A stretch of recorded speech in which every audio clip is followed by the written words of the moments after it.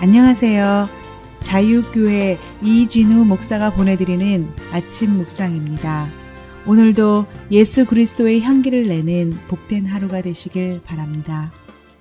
1월 8일 수요일 아침 묵상입니다. 오늘은 갈등 가운데 발견하는 율법의 선함이라는 제목으로 로마서 7장 14절로 20절의 말씀 묵상합니다. 우리는 율법이 신령한 것인 줄 압니다. 그러나 나는 육정의 메인 존재로서 죄 아래에 팔린 몸입니다.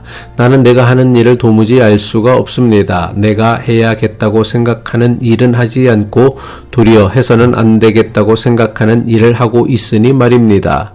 그런 일을 하면서도 그것을 해서는 안 되겠다고 생각하는 것은 곧 율법이 선하다는 사실에 동의하는 것입니다. 그렇다면 그와 같은 일을 하는 것은 내가 아니라 내 속에 자리를 잡고 있는 죄입니다. 나는 내 속에 곧 내 육신 속에 선한 것이 깃들어 있지 않다는 것을 압니다. 선을 행하려는 의지는 나에게 있으나 그것을 실행하지 않으니 말입니다. 나는 내가 원하는 선한 일을 하지 않고 도리어 원하지 않는 악한 일을 합니다. 내가 해서는 안 되는 것을 하면 그것을 하는 것은 내가 아니라 내 속에 자리를 잡고 있는 죄입니다. 바울은 로마서 7장에서 율법이 분명히 선한 것임에도 불구하고 왜 우리 안에 갈등을 불러일으키는지에 대해 말씀하고 있습니다. 흔히 율법은 죄를 드러내고 우리를 억압하기만 하는 것이 아니냐라는 오해가 있을 수 있습니다. 하지만 바울은 율법에 대해 부정적으로 말하지 않습니다. 오히려 율법이 신령한 것이며 우리가 그것을 통해 선한 길을 발견할 수 있다고 주장합니다. 로마서 7장 14절 전반부죠. 우리는 율법이 신령한 것인 줄 압니다. 이것은 율법이 인간의 욕심이나 이해 타산에서 나온 것이 아니라 하나님의 뜻을 담은 하나님께서 주신 규범이라는 의미입니다. 예를 들어 거짓 증언하지 말라거나 이웃을 사랑하라라는 명령은 서로에게 피해를 주지 않고 함께 살아가려면 꼭 필요한 원칙들입니다. 오늘날로 치면 헌법이나 법률이 사회의 질서를 세우기 위한 기준이 되듯 율법도 신앙 공동체가 건강해지도록 인도하는 선한 지침이라고 할 수 있습니다. 하지만 문제가 있습니다. 아무리 선한 기준이라 해도 사람이 그 기준을 완벽하게 지키는 일은 불가능하다는 것입니다. 바울은 이러한 사실을 너무나 분명히 알고 있었습니다. 그래서 자신의 심정을 솔직하게 토로합니다. 로마서 7장 14절 후반부죠. 그러나 나는 욕종의 메인 존재로서 제 아래에 팔린 몸입니다. 율법은 분명히 선한 것인데 자신을 비롯해 우리는 하나님께서 주신 율법을 온전히 그리고 제대로 지킬 수 없다는 것이 우리의 한계입니다.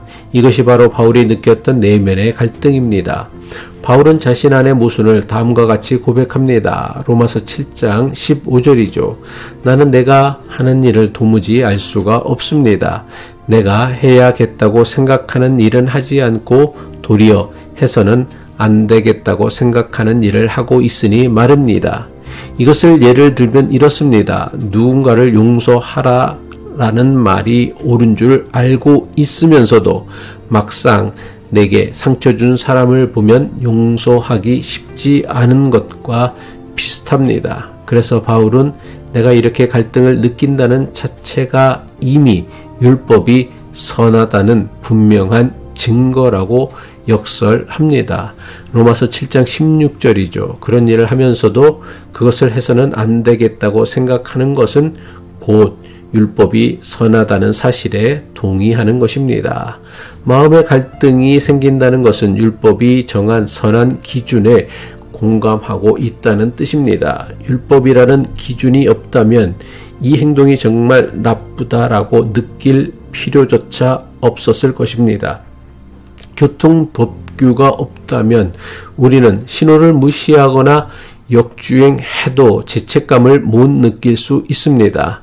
그런데 법이 있기에 내가 하면 안 되는 행동임을 알고 동시에 안 되는 행동을 하고 싶다라는 마음도 들면서 고민이 생기는 것입니다.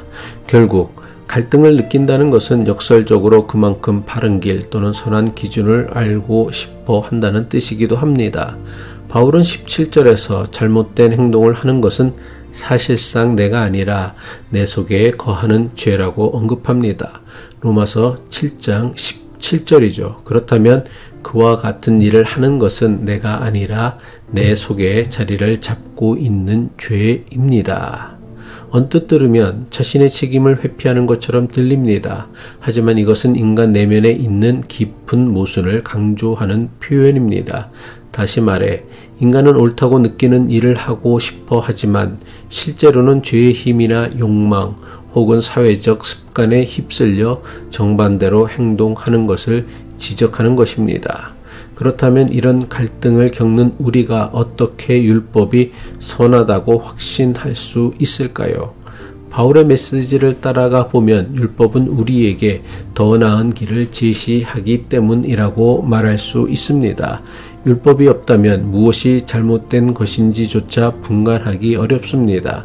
가령 서로 사랑하라라는 계명을 듣지 않았다면 우리는 타인을 해치는 일이 죄라는 인식도 희미해질 수 있습니다.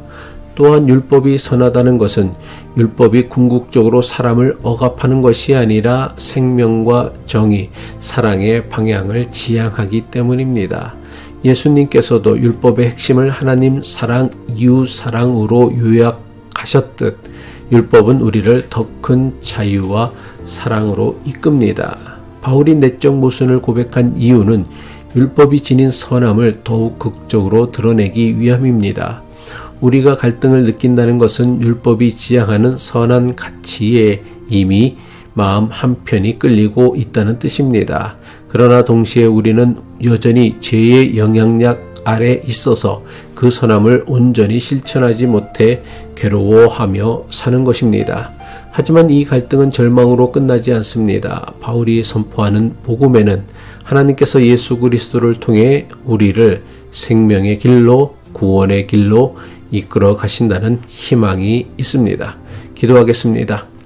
우리의 선한 목자 되신 하나님 아버지, 율법을 통해 우리에게 신령하고 선한 길을 보여주신다는 사실을 깨닫게 하옵소서. 우리 안에 죄와 갈등이 여전히 남아 있지만 그 갈등을 통해 하나님의 뜻을 더욱 사모하게 하심을 믿습니다.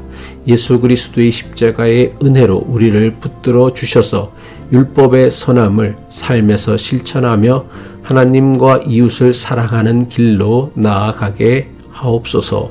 예수 그리스도의 이름으로 기도합니다.